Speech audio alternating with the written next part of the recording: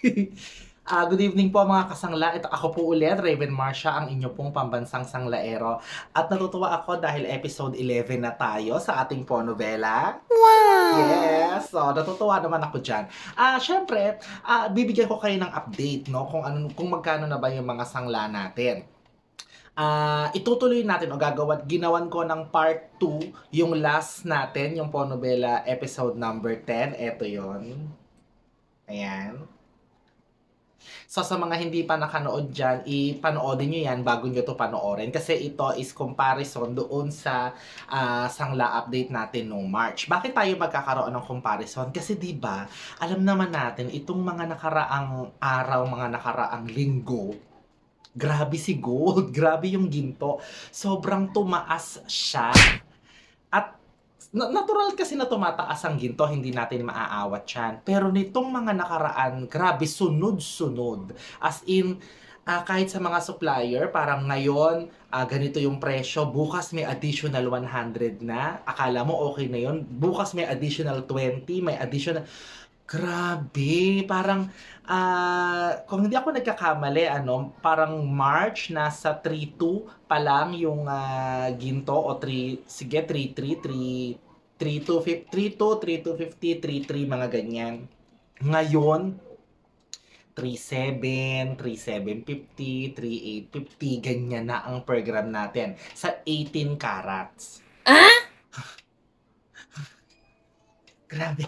So nakita nyo, no? March pa lang, March yon, April, kakaano pa lang natin, kaka-May pa lang natin. So, halos, lang, parang wala pang 2 buwan, halos yung, yung pagitan. Ganun kabilis yung mga usbong ng ating investment. So, itong mga, yung part na yan, parang medyo hindi ako makapag-decide, ako ba'y malulungkot dahil sobrang tumaas siya, o ako ba'y matutuwa kasi yung mga na-invest ko ng ginto, at syempre kayo din, ay tumaas na talaga ng bonggang-bongga. O, diba? So, kwentahin nyo kung magkano agad yung tinubo nyo dun sa selling price. So, ito naman, itatry ko ulit na magkaroon tayo ng panibagong o ng update kung magkano na yung magiging sangla natin. So, ito yung mga tinry natin nung March, no? So, ito sila. Ayan. Ayan. So, ngayon naman ulit, ilalapit ko pa nga ng todo. Ayaw. Ba't kasi ako yung lumilinaw? Ako daw kasi maganda. Char. Ayaw luminaw. Yeah, basta ayan. Well, nakita nyo naman na to. Nakita nyo naman to. Kasi yun nga nakaraan, ito nga yung pinicture natin. So, sige, huwag na tayong magpatumpik-tumpik pa. So, eto na, lahat-lahat. Ayan. So, eto tayo ngayon mga kasangla. Nandito tayo Ulit sa Cebuana para mag-update kung magkano na ba yung magiging sangla ngayon ng mga 18 carats na gold. Yung dalawang singsing na pinakita ko sa inyo ulit kanina para same yung ating same yung ating ipapa-appraise, no? Para talagang alam na alam natin kung magkano magiging difference kung meron man. O sige, tara na. Hanggang dito lang muna pala kasi bawal palang pumasok. Okay, wait lang. Ayan. Nakapagpa-appraise na tayo. So, mamaya ko na i-explain sa inyo mga kasangla. Wait. So, ito na nga mga kasangla. Andito na tayo sa M. Luwilier. At titignan na natin kung magkano na yung magiging kuha nila dun sa mga singsing, no? Na parehong 18 carats. Okay? Sige. Papapasok na ako mga kasangla. Napaka-init-init. Napaka-init. Okay, wait lang. Ayan. Palabas na tayo mga kasangla dito sa M. Luwilier. O syempre, i-explain ko na naman ulit sa inyo mamaya, no? Napaka-init. Sandali. Yan. Wait lang. Yes, andito na tayo sa second destination natin, ang Palawan. Sige, papasok na ako. Antayin nyo na lang ako ulit mga kasangla mamaya, ha? Kasi alam nyo naman, bawal i-feature ulit yung loob. Okay, wait lang. Ayan, natapos na tayong magpa-appraise kay Palawan. So, ang isusunod natin ay syempre, etong babalikan natin yung isa. Wait lang. Malapit na tayo. Ito na. Init talaga. Ito na tayo, kay... Ay, asan ba? Ano ba? Ayan. Kay Raquel Pawn Shop. So, tara na, pumasok na tayo at magpa-appraise ulit. Wait lang, bawal kasi talaga pumasok sa loob. So, okay, mamaya na lang ha. Wait lang. Napakainit. Pero napakabait naman ng kanilang mga appraiser. So, kita-kita niyo yung mga bigote at balbas ko. So, ayan. Salamat kay Raquel. Ipapaliwanag ko ulit mamaya kung ano yung mga in-explain nila sa akin at kung magkano yung naging update ng sanglanan. Ang init! Okay, wait lang. Ayan, so ito na nga, nakabalik na tayo dito at nakuha ko na yung mga value, yung mga appraise nila. So, binalikan ko yung yung apat pa rin, no? Yung Cebuana, yung M. Villiers, yung Palawan, at saka yung Raquel Pawn Shop. So, eto na. Umpisahan natin dito.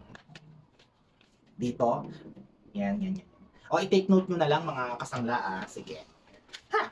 So, dito, unahin ko muna si Cebuana. So, by the way, this is based on my experience, Based on my experience ko doon sa mga branches na pinagtryan kong sanglaan. At syempre, depende din yan doon sa appraiser at the moment na nagpa-appraise ako. So, I'm not saying na ito yung buong katotohanan. I'm not saying na ito yung na-experience ko. Dapat ito rin yung ma-experience nyo. No. Pwedeng maging iba. Ang sinasabi ko lang naman is...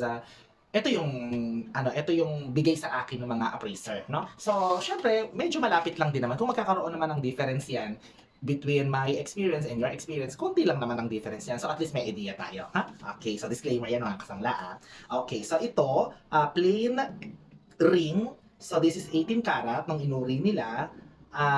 Kay Cebuana, ito ay 3 grams. Yan. So, 3 grams. So, ang turing niya dito ay nasa 9,060 pesos. So, ang take home mo, kasi may babawasin silang 4% o certain percent, no? Nasa 8,692 pesos. So, ito yon. Yan. Okay, so ito naman ay yung may bato. So, this is 2.5. Kasi may bato, so ibabawas yan. So, ang naging turing ay nasa 4,367. Pag ibinawas na yung certain percent, ay magiging 4,187 yung kanyang kuha. Yan, so ito. Yan, dito. Kay ring na may stone. Okay, tayo doon. Yes.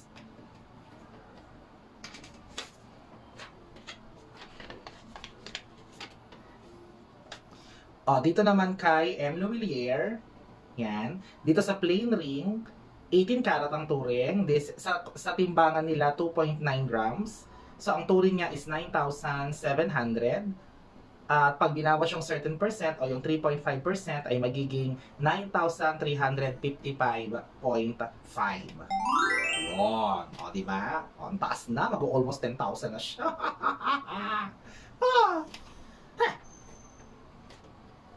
Okay, so dito naman, ang turing naman niya dito ay, of course, 14 karat with stone, nasa 2.4 grams. Ang kanyang turing ay 4,500. Ang magiging take home mo ay nasa 4,337.5. Pero sabi ni Enlo Villiers, kasi itong turing na binigay niya sa akin is because wala pa tong sa kanila, wala pang record. Etong mga singsing na to. Pero kapag kunyari, isinangla ko, tapos tinubos ko, tapos sinangla ko ulit, labubulol ako. Pataas daw ng pataas yung magiging turing nila. Sa pataas ng pataas, o syempre, i-discover ninyo kung magiging magkano yung mga alahas ninyo para kay Enlo Villiers. Yan. Yan. Next, kay Palawan. So, isa Palawan, eto. Ang turing niya rin is 18 karat, 2.9 grams din. So, parehas sila ni M. Villiers. Sa kanya naman, ang turing niya dito is 9.6. Yan. Tapos, ima-minus yung 2.5%, magiging 9,355. So, almost same kay M. Villiers. So, pero si Palawan, alam nyo naman, na may mga package siya. So, na-discuss na natin yun doon sa isa kong video. So, ito yon. So, ayan yun, yung mga package niya. So, ayan. Okay, and then, ang init mga kasangla. Hindi sapat yung aircon, teka lang. So, eto naman ay 14 karat din sa kanya, 2.4 grams din ang kuha niya, parehas na parehas sila. Ang turing niya dito is 5,100. Okay, so ang magiging take home mo ay nasa 4,967.5. Okay, sandali lang mga kasama, napakainit, wait lang. Napakainit talaga. So, okay. Okay, so ito na, kay pangalan nito, kay Raquel. So ito yung kanyang yung pinauri ko, plain 18 karat din sa kanya to, 2.8 grams naman to sa kanya. So ang kanyang bagong turing ay 8,700 at ang ibabawas ay 4%. So ang matitira ay 8,292. O sabi niya, 4% plus tax plus insurance. Yun daw yung mga ibabawas. So ang matitira is 8,292. Ayan. So ito.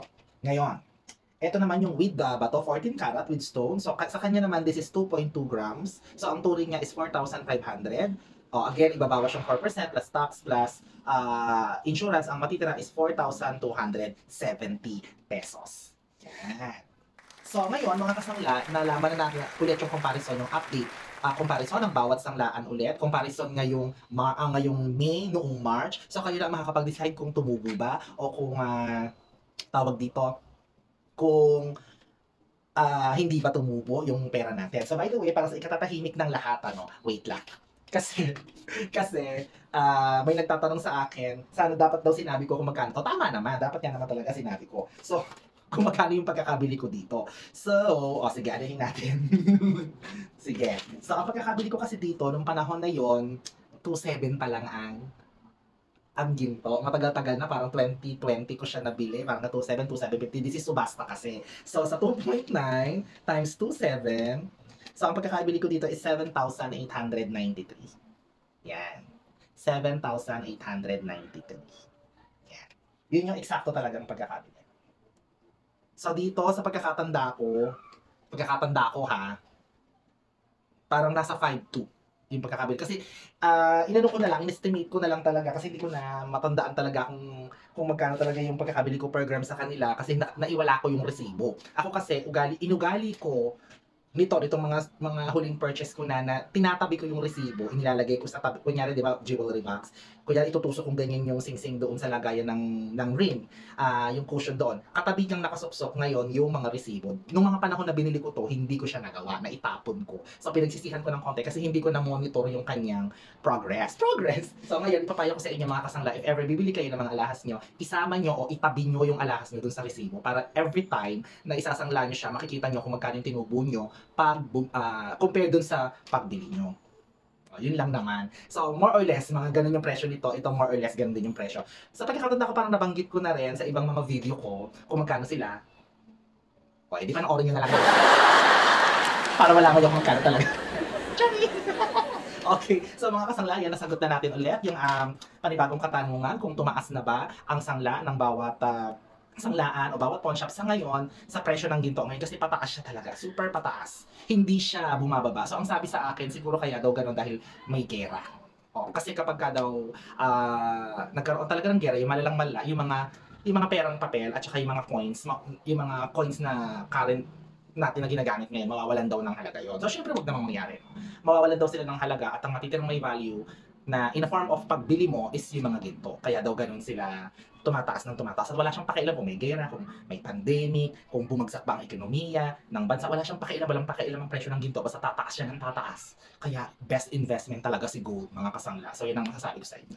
O syempre naman, bago ninyo tapusin ang video na to, na kung ano na pinagsasabi ko dito, mag-subscribe naman kayo. At syempre, i-share nyo rin ang video na to para malaman ng mga sangkapunuan sa buong Pilipinas na ako sa Sanglaero ang pinakamaganda. Charot! Hindi, para ma-inform naman natin sila. Pero totoo rin yung ako yung pinakamaganda. Charing! Okay, bye-bye. Syempre, aalamin natin yan. Sa mga susunod pa na pagtaas, aalamin natin yan kung magkano na magiging update. Dahil, Sanglaero tayo. Sanglaero ako. Yes! Bye-bye!